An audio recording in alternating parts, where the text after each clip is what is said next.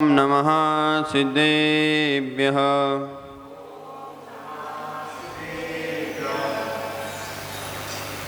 यदर्चा भावेन प्रमुदितमना दुर्धरैः क्षणादासी स्वर्गी गुणगणसमृद्धा सुखनिधि लभन्ते सद्भक्ता शिवसुखसमाजं किमु तदा।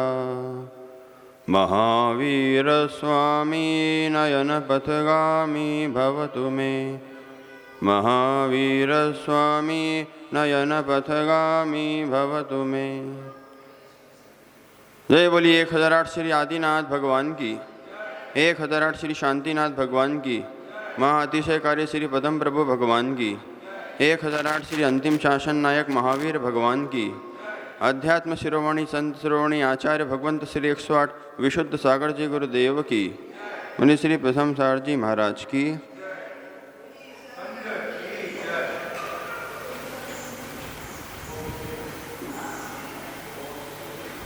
भव्य बंधुओं, भगवान महावीर स्वामी के शासन काल में विराजमान होकर हम उनकी पावन पीयूष देशना का यहाँ रसपान कर रहे हैं। तीर्थंकर भगवान की ये पीयूष देशना जगत कल्याणी है, भव्य जीवों का उद्धार करने वाली, जिन मुखोद्भव सरस्वती जयवंत हो। भगवान ने अपने सभी अनुयायियों के लिए, प्राणी मात्र के लिए एक बहुत सुंदर बात कही है कि भक्ति के काल में, धर्म के काल में और साधना के काल में, क्या भक्ति के काल में, धर्म के काल में, साधना के काल में यदि तुमने लोगों की आवाज को सुन के अपने अंदर बिठा लिया तो तुम ये तीनों काम नहीं कर सकते। तीनों काम वर्जित हो जाएंगे आपकी आत्मा में से। इसलिए अपनी जो शुद्ध आत्मा को, टंकोत्कीर्ण गायक स्वभाव को प्रकट करना है तो पहले तो भेद विज्ञान करो। मुझ में जो बोल रहा है वो ब्रह्म, तुझ में जो सुन रहा है वो ब्रह्म। वही ब्रह्म जाता है शिवालय, सिद्धालय, पंचम गति में।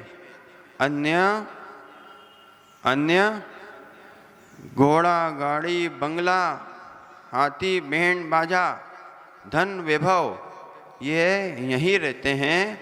और आत्मा जो ब्रह्म है ये अन्य गति में अपने कर्म के अनुसार साधना करके मोक्ष भी जाता है, निगोद भी जाता है, बुरे कर्मों से नरक भी जाता है। इसलिए हमको ऐसा उपक्रम करना चाहिए कि साधना जब चलेगी, धर्म में करूँगा तो किसी की आवाज़ नहीं सुनूंगा। क्योंकि जो कभी रितेश भाई धर्म नहीं करता, यदि गलती से वो कोई मंदिर में दिख जाए, ओहो,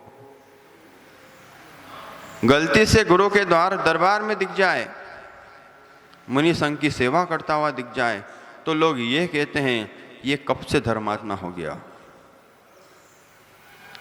आपको इस आवाज पे ध्यान नहीं देना है, क्योंकि आपने इस कर्म को बांधा है जो आपको धर्म में अंतराय करने के लिए आवाज के रूप में प्रकट हुआ है। आप अपने आप को सौभाग्यशाली जब मानना जब आपका मित्र आपसे कह दे चल भैया अपन शांति धारा करने चलें, चल भैया अपन भगवान का अभिषेक देखने चलें, गंधोदक लेने चलें, गुरुओं को हार दान देने चलें। वो मित्र मित्र नहीं है जो आपको नरक का द्वार खुलवा दे, वो मित्र शत्रु है जो आपको निगोद की ओर ले जाए। ऐसे ही एक राजा को वैराग्य हो गया। क्या हो गया? सन्यास को ग्रहण कर लिया, सारा राज वैभव छोड़ के जंगल में साधना करने चले गए। पर हुआ क्या कि एक बहुत ऊंचे पर्वत पे जाकर बैठे हुए थे राजा सन्यासी बाबा। वहां पर 3 स्त्रियां पनघट पे पानी भरने जा रही थी। उनकी दृष्टि उन सन्यासी बाबा महाराज पे, स्वामी जी पे पड़ी। उन्होंने बोला देखो इतने बड़े राजा थे, क्या थे, इतने बड़े राजा थे, लेकिन अभी भी ऊंचे बैठने का इनका शौक और रुतबा नहीं गया। ये बात उनके राजा जो सन्यासी थे उनके कान तक पहुंच गई। दूसरे दिन वो उतर के एक समतल भूमि पे बैठ गए। कहाँ बैठ गए? एक समतल भूमि पे बैठ गए। फिर उन 3 स्त्रियों ने देखा, फिर तीनों कहने लगी देखो कितना गुस्सा है, अभी इनका क्रोध तो गया ही नहीं है। इतना पारी हमारी बातें सुनकर ये सन्यासी बाबा को इतना गुस्सा आया है, इतना क्रोध कसा आई है कि देखो समतल भूमि पे जाकर बैठ गए। जो सन्यासी थे उनको तो अच्छे बुरे का कोई घमंड नहीं था कि ऊंचे स्थान पर बैठूंगा तो मेरा नाम होगा, कि मेरे मान की पुष्टि होगी, क्योंकि उन्होंने सारा राज वैभव छोड़ दिया था, वैसे ही भोग के आए थे वो तो। लेकिन उनको ये भी नहीं लगा कि मैं नीचे बैठूंगा तो मुझे लज्जित होना पड़ेगा या कोई क्या समझेगा। तीनों ही, और जो सन्यासी बाबा थे उन्होंने अपना और अपने आप में सुधार करने की कोशिश करते करते अपने एक दिन कल्याण के मार्ग को प्रशस्त कर लिया। और जो भी उनके अंदर और बुराई थी, क्योंकि संसारी प्राणी है, बुराई हर व्यक्ति के अंदर होती है। यदि आप बुराई देखते रहोगे तो आप सन्यास को नहीं देख पाओगे। यदि शुद्ध सन्यास देखना है तो दिगंबर जैन मुनियों को देखो। क्या आज इस पंचम काल में रितेश भैया आप दिगंबर जैन अपने नाम के आगे लगाते हो, लेकिन धन्य है हमारे आचार्य मुनि भगवंत जो साधना करते हैं, काम वो करते हैं और नाम आपका होता है। इसलिए हमारे दिगंबर महाराज भी धन्य है जो इस पंचम काल में भी भगवान महावीर की मुद्रा को लेकर चल रहे हैं, आगे भी चलते रहेंगे।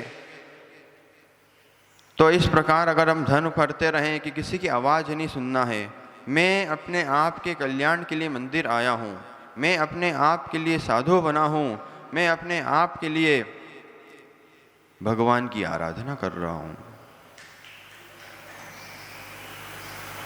इसलिए बंधुओं, साधना के काल में और धर्म के काल में और अपनी आत्मा आराधना के काल में भीतर की आवाज़ जो सुनेगा वही निष्कसाय होकर एक दिन अपना कल्याण करेगा।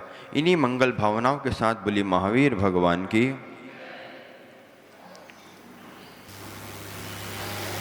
अच्छा, कल धूम धड़ाका 150